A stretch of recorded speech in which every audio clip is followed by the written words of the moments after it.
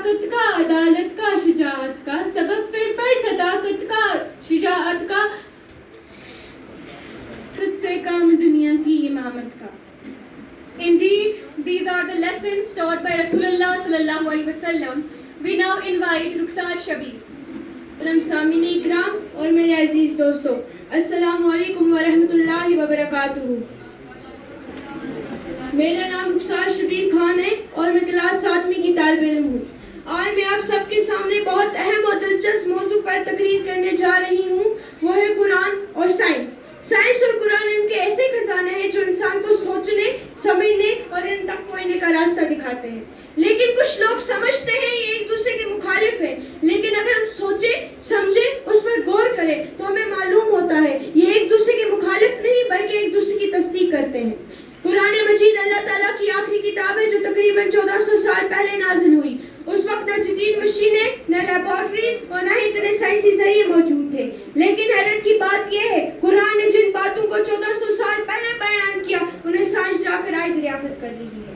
مثال کے طور پر اللہ تعالیٰ فرماتے ہیں ہر زندہ چیز پانی سے بنی ہے. آج سائنس بھی کہتی ہے آج ہر جاندار کی زندگی پانی پر منحصر ہے اور انسانی جسم کے زیادہ حصے بھی پانی سے بنے ہیں. قرآن میں انسان کی پیدائش کے بارے میں بھی ہے. اللہ تعالیٰ فرماتے ہیں انسان ایک چھوٹے سے قطرے سے پیدا ہوتا ہے پھر دھیرے دھیرے مختلف مراحل سے گزرتا ہے. آج میڈیکل سائنس بھی کہتی ہے بچے کی نشوونما ماں کے پیٹ میں مختلف مراحل میں ہوتی ہے. قرآن میں زمین و آسمان کے بارے میں بھی ہے. اللہ تعالیٰ فرماتے ہیں پہلے زمین و آسمان ایک تھے پھر ہم نے انہیں جدا کیا.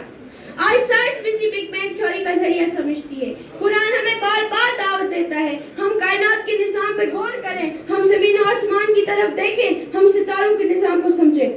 اللہ تعالیٰ بھی تو یہی کہہ رہے ہیں کیا تم غور نہیں کر رہے یا تم دیکھ نہیں رہے. سائنس بھی تو یہی کہہ رہی ہے سوال کرو، تحقیق کرو، حقیقت کو جانو. فرق صرف اتنا ہے سائنس ہمیں بتاتی ہے چیزیں کیسی ہوتی ہیں لیکن ہمیں قرآن بتاتا ہے ان چیزوں کا مقصد کیا ہے.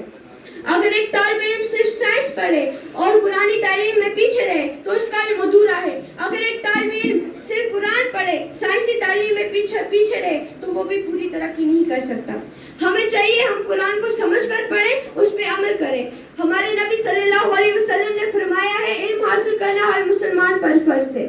آخر میں یہی کہنا چاہوں گی سائنس اور قرآن دونوں ہمیں علم، سچائی اور اللہ تعالیٰ کی عظمت کی طرف لے جاتے ہیں. اگر ہم قرآن اور سائنس دونوں پڑھیں ہم آخرت اور دنیا دونوں میں کامیاب ہو سکتے ہیں. آسمان زمین ستارے اور کہکشاں، آسمان زمین ستارے اور کہکشاں، سب میں جھلکتی ہے خالق کی داستاں. قرآن رہنمائی دے سائنس تلاش کرے، قرآن رہنمائی دے سائنس تلاش کرے، دونوں سے روشن ہو انسان کا